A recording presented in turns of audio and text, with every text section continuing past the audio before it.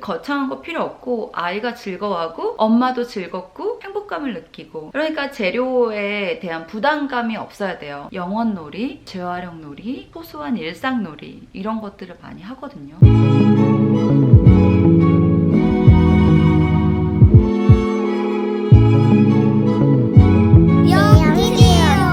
안녕하세요. 영트로맘 청순도도입니다. 그동안 제 채널을 보시면 아시겠지만 그 영상들이 아이들과 함께하는 엄마표 놀이, 이걸로 처음 시작하게 됐는데, 첫째 예령이가 18개월 때부터 제가 엄마표 놀이를 시작했어요. 이 엄마표 놀이를 시작하게 된 이유는 제가 한국에서 일을 하다가 결혼을 하고 미국에 왔는데요. 전업주부가 될 거라는 생각을 단 1%도 한 적이 없어요. 네, 저는 항상 일하는 여성으로 살고 싶었는데 전업주부가 됐죠. 전업주부가 됐는데 참 쉽지 않더라고요. 한국에서 어느 정도 공부를 하고 또 직장을 다니다가 이렇게 미국에 오니까 제가 할 수 있는 거는 뭐가 없더라고요. 그래서 뭔가를 하고 싶은데, 저는 이제 성격이 뭔가 계속 하는 사람이에요. 뭔가를 해야지 이 즐거움을 찾고, 뭔가 배우면서 이 즐거움을 찾는 사람이라서 뭔가를 계속 해야만 했어요. 근데 아기 임신하고 출산하고 그러면서 제가 원하는 것을 하기가 참 어렵잖아요. 육아를 하면서. 그러면서 엄마들이 이제 경력이 단절되기도 하고요.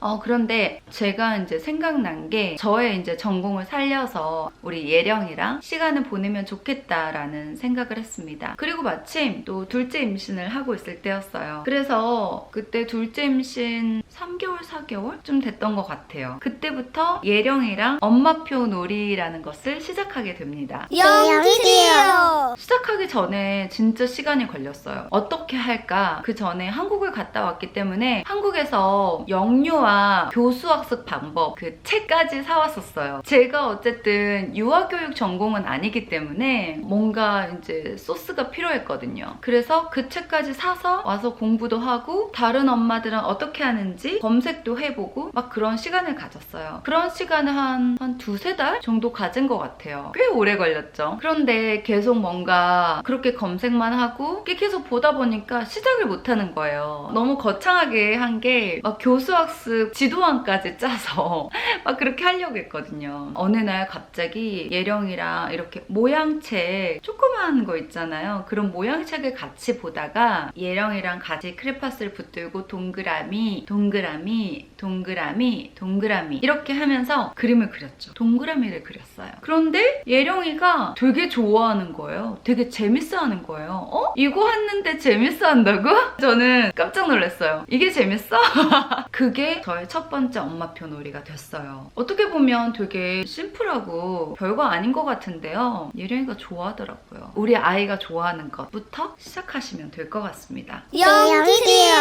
그래서 뭔가 용기를 얻고 이렇게 하면 되겠구나 싶어가지고 첫째 날은 동그라미 그렸고요. 그 두 번째 날은 세모, 네모 이렇게 간단하지만 아이가 좋아하는 것을 이제 이어나가기 시작했어요. 그리고 야외 활동은 비눗방울 불어주기. 그러면 비눗방울 날리는 거 보고 아이가 막 뛰어다니고 좋아하는 거죠. 즐거워하는 거죠. 엄마표 놀이라는 게 지금 생각해보면 거창한 거 필요 없고 아이가 즐거워하고 엄마도 즐겁고 행복감을 느끼고 이러는 게 가장 중요한 것 같아요. 이 엄마표 놀이를 누구에게 보여주거나 뭐 그런 건 아니잖아요. 그냥 이 소소한 일상을 느끼는 것이니까 아이들이 어떤 걸 좋아하는지, 또 이것을 하다 보면은 아이가 좋아하는 거, 싫어하는 거, 뭐 별로 안 좋아하는 거 이게 좀 나타나요. 하지만 지금 싫어한다고 해서 조금 지나서도 싫어하는 건 아니에요. 오늘은 반응이 별로 없었지만 한 달 후, 두 달 후, 아니면 1년 후에 다시 해보시면 또 반응이 달라지더라고요. 그만큼 아이들은 성장하고 있으니까. 저는 결혼 전부터 블로그를 계속 작성을 하고 있었는데, 저는 뭐 이렇게 기록하는 걸 좋아해요. 남기는 걸 좋아해요. 왜냐면 이 오늘의 하루가 금방 지나가 버리잖아요. 저는 그런 게 좀 아쉬운 거예요. 그래서 늘 일기처럼 이 블로그에 작성을 하기 시작했는데, 육아를 하면서도 마찬가지였어요. 임신 일기도 썼고 육아 일기도 썼고 또 엄마표 놀이를 시작하면서 엄마표 놀이에 대한 기록도 쓰기 시작했어요. 처음에는 블로그에 제 일기처럼 썼으니까 그냥 오늘은 뭐 했다, 오늘 예령이가 이런 표정이었다, 나도 이런 생각이 들었다, 이게 정말 별거 아닌 것 같은데 아이가 너무 좋아하니까 나도 너무 기뻤다. 이런 식으로 기록을 하기 시작했는데요. 이 기록들이 계속 쌓이다 보니까 거의 매일 했어요. 이 기록들이 매일 쌓이다 보니까 다른 사람들이 제 블로그에 많이 들어오기 시작하는 거예요. 그래가지고 이 블로그를 제 일기처럼 그냥 마냥 쓰기에는 조금 너무 많은 사람이 생겨버린 거죠. 그래서 이제 이 놀이를 소개하는 식으로 글을 쓰기 시작했어요. 놀이를 소개하고 또 어떤 재료를 사용했는지 소개를 하기 시작했어요. 저 같은 경우는 저희 남편이 유학생이다 보니까 이렇게 아이의 교육에 대한 그런 예산이 없었어요. 제가 계속 가정보육을 했었는데 보통 이 미국에서 프리스쿨을 보내면 한 달에 뭐 700불, 800불, 900불, 뭐 1000불까지 그 이상도 뭐 많지만요. 근데 그 비용까지는 못하더라도 도화지, 색종이, 이런 가위, 풀 이런 기본적인 재료는 좀 구매를 했고요. 그 다음에 집에 있는 것을 많이 활용하려고 했어요. 집에 있는 거는 뭐 휴지식, 그 다음에 어떤 각종 재활용, 뭐 박스들 이런 거 많이 활용해서 엄마표 놀이를 계속 할 수 있었습니다. 그러니까 재료에 대한 부담감이 없어야 돼요. 막 이것도 사야 되고 저것도 사야 되고 막 그러면 공간도 너무 많이 차지하고, 하신 분들은 아시겠지만 이 미술 재료라는 게 이게 정리하기 진짜 어려워요. 하다 보면 되게 지저분해지거든요. 구독. 좋아요. 아침을 먹고 나서 아이랑 엄마표 놀이를 했어요. 그리고 난 다음에 간식을 줘요. 어떤 활동에 대한 보상이 되겠죠. 그걸 먹고 낮잠을 자요. 아이가 이런 활동에 몰입을 하고 에너지를 쏟은 다음에 맛있는 걸 먹고 낮잠을 자요. 그렇게 되니까 제가 쉴 시간이 훨씬 많아지는 거예요. 아이가 이렇게 낮잠을 하루에 2번씩 꼬박꼬박 잤거든요. 그렇게 자주니까 제가 임신하는 기간에 되게 너무 행복했어요. 힘들지가 않은 거예요. 아이랑 이렇게 앉아서 계속 꼼지락 하면서 노는 거죠. 그리고 저는 우리 예령이를 가위질을 한번 시켜봤는데 처음에는 물론 어려워하죠. 근데 계속 하다 보니까 가위질을 하고, 그 다음에 이렇게 그 에디슨 젓가락 있잖아요. 그것도 하고요. 그러니까 젓가락질도 잘하고 가위질도 잘하니까 제가 그때 이제 둘째 임신하면서 예령이 장난감을 펠트로 만들어줬는데 계속 바느질을 했어요. 제가 바느질을 잘 못해요. 못하는데 재미있는 거예요. 어떤 엄마 블로그를 가봤더니 펠트로 막 과일, 김밥, 뭐 도넛, 각종 장난감들, 마이크 이런 걸 만들더라고요. 근데 그게 너무 예쁜 거죠. 그분은 금손이셨어요. 근데 저는 금손이 아니라서 이렇게 따라 하는데 그런 퀄리티가 나오지 않더라고요. 하지만 제가 과일이랑 뭐 수박, 바나나, 사과 이런 걸 만들어줬는데 예령이가 되게 좋아하는 거, 이렇게 먹는 신용하고, 또 내친김에 도넛도 만들어주고요. 제가 원래 도넛 만들 때는 도넛 12개를 만드는 게 목표였는데 2개밖에 못 만들었어요.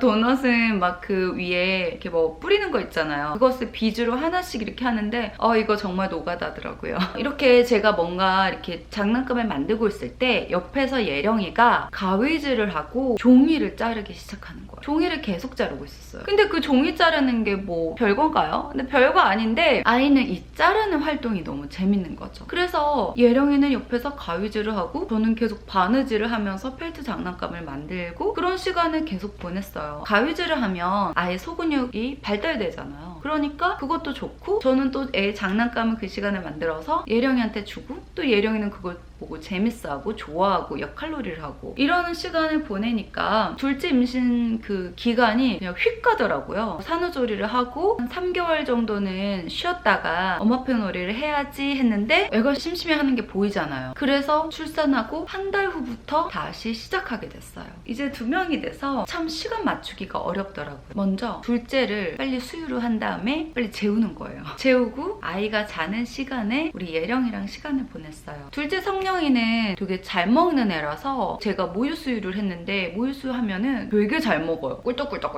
이렇게 잘 먹어가지고 그거 바로 뻗어요. 바로 뻗기 때문에 눕히고 예령이랑 시간을 보낼 수 있었어요. 그런데 이제 성령이가 조금 크니까 바로 그렇게 자진 않는 거예요. 그러면 그냥 바운서에 눕혀놓고 그냥 옆에서 꼼지락 했어요. 둘째가 6개월, 7개월 이렇게 가니까 이제 형아하는 것을 지켜보게 되더라고요. 그러면서 둘째도 그걸 되게 막 뚫어져라 쳐다봐요. 그러니까 이 둘째한테도 좋은 거예요. 둘째한테는 관찰학습이 시작하게 된 거죠. 둘째 성령이도 뭔가를 하고 싶어 하는 것 같아서 지퍼백에 물감을 넣어서 이렇게 만지는 이렇게 퍼뜨리는 그런 거 있잖아요. 그런 것을 또 하기 시작했고요. 애가 하나일 때는 뭔가 하기가 그래도 쉬워요. 근데 애가 둘이 생기면 진짜 뭔가 시간 조절하는 게 진짜 어려워요. 이 와중에 집안일도 해야 되는 거죠. 아침에 눈 뜨면 정말 시간이 어떻게 가는지 모르겠어요. 시간이 너무 휙 가가지고 하루가 짧다는 생각을 진짜 많이 했고요. 그렇게 예령이랑 성령이랑 엄마표 놀이를 계속 이어나갔어요. 성령이 돌 조금 지나서 이제 셋째 계획을 했어요. 저는 셋까지 낳는 게 계획이었기 때문에 이왕 하는 거 빨리 해버리자 라는 생각으로 셋째를 계획했는데 계획을 하면 좋겠다라는 말이 끝나기도 무섭게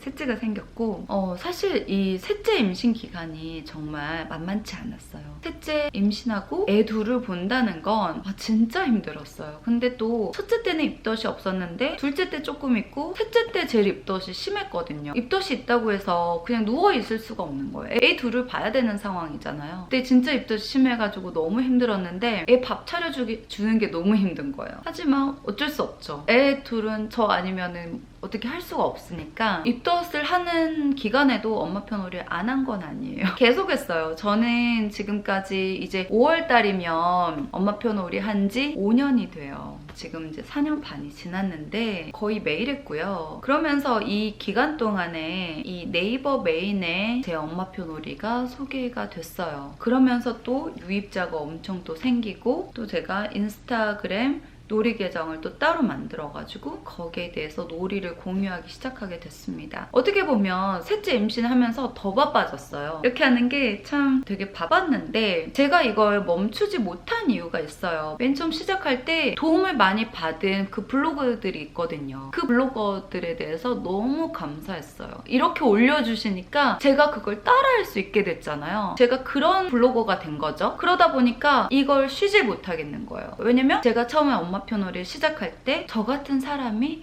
또 있을 거라는 생각에 제가 좀 계속했어요. 지금도 하고 있고요. 네이버 메인에 소개가 되고 맘솔릭이라는 카페에 또 제 놀이들이 또 소개가 되면서 뭔가 일들이 막 커져가는 게 느껴졌어요. 뭔가 책임감도 느끼고요. 안 그래도 우리 아이들이랑 시간을 잘 보내고 있긴 있었는데 다른 사람들까지 되게 좋아해 주시고 좋은 생각이다, 좋은 놀인 것 같다 라는 그런 피드백이 오니까 또 심지어는 어린이집 선생님들까지 좋은 놀이 해가지고 원감 선생님한테 칭찬받았다 그런 댓글들을 많이 보니까 제가 더 열심히 막 하게 되는 거예요. 막 힘도 나고요. 연기요. 처음에는 제 만족이었어요. 제가 한국에서 일을 하다가 여기 미국에 왔는데 전업주부가 되면서 상실감, 이 허무감, 뭔가 나는 돈도 못 벌고 이렇게 뭔가 애만 키우고 있다라는 그런 기분에 사로잡히니까 너무 괴롭더라고요. 근데 육아하시는 분들은 다 아시겠지만 이 육아가 정말 어렵거든요. 사람들은 저한테 육아가 체질에 맞나 보다라는 말씀을 진짜 많이 하세요.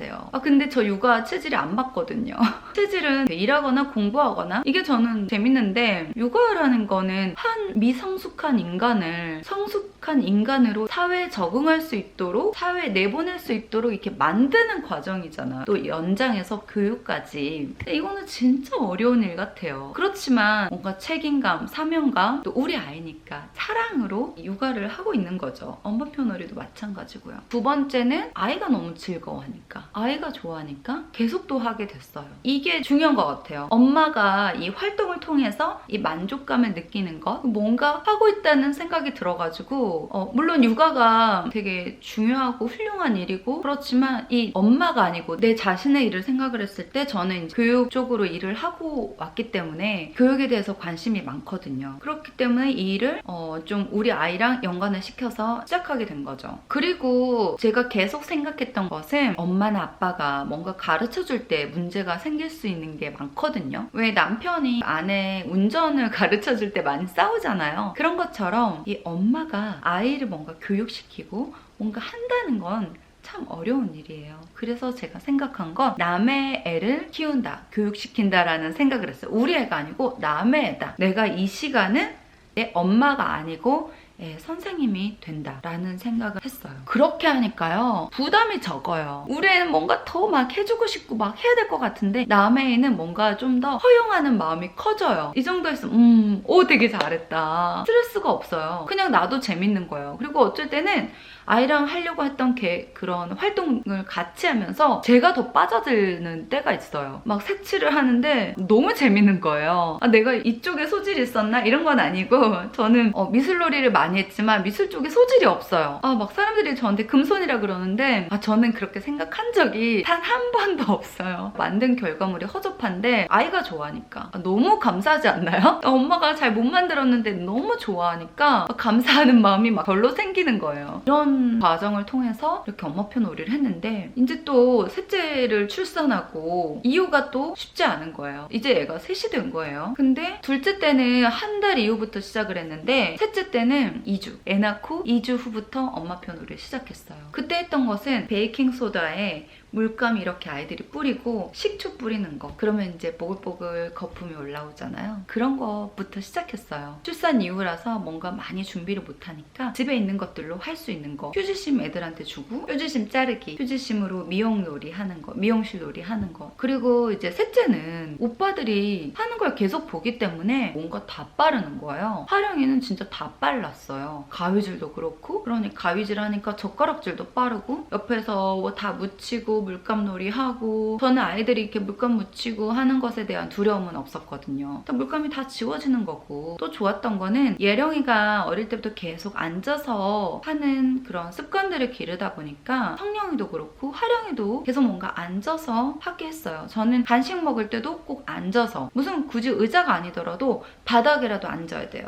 꼭 엉덩이를 어딘가에 붙이게 했어요. 그러니까 이거 미술활동 할 때도 앉아서 하고 뭐 먹을 때도 앉아서. 엄마표 놀이 한 다음에는 꼭 간식을 줬거든요. 보상을 좀 줘야 돼요. 얼마나 힘들었겠어요. 아이들이 이렇게 뭔가에 몰입하고 에너지를 쏟고 이러는 시간에 체력이 소비가 되는 거니까. 셋째 하령이도 이렇게 하고 낮잠을 잘 자더라고. 저는 내가 낮잠을 잘 자니까 엄마표 놀이를 더 계속 열심히 하게 됐어요. 근데 그렇게 이제 엄마표 놀이를 지금 한 4년 반 이상 하고 있고요. 제가 엄마표 놀이를 정말 시작하길 잘했다는 생각이 많이 들어요. 거창한 놀이들은 아니지만 영원놀이, 재활용놀이, 소소한 일상놀이 이런 것들을 많이 하거든요. 금방 준비할 수 있고 아이들은 또 그만큼 재미있는 그런 놀이를, 그런 활동을 많이 하려고 해요. 하지만 뭐 지금 이제 4년 반, 거의 5년에 접어드니까 미술 재료는 진짜 많이 생겼고요. 진짜 많아졌어요. 어느 어린이집만큼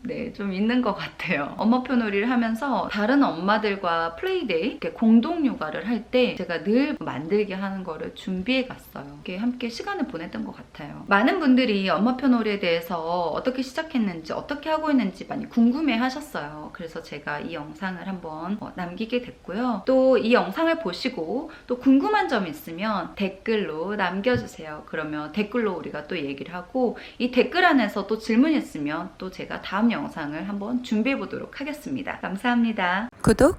좋아요.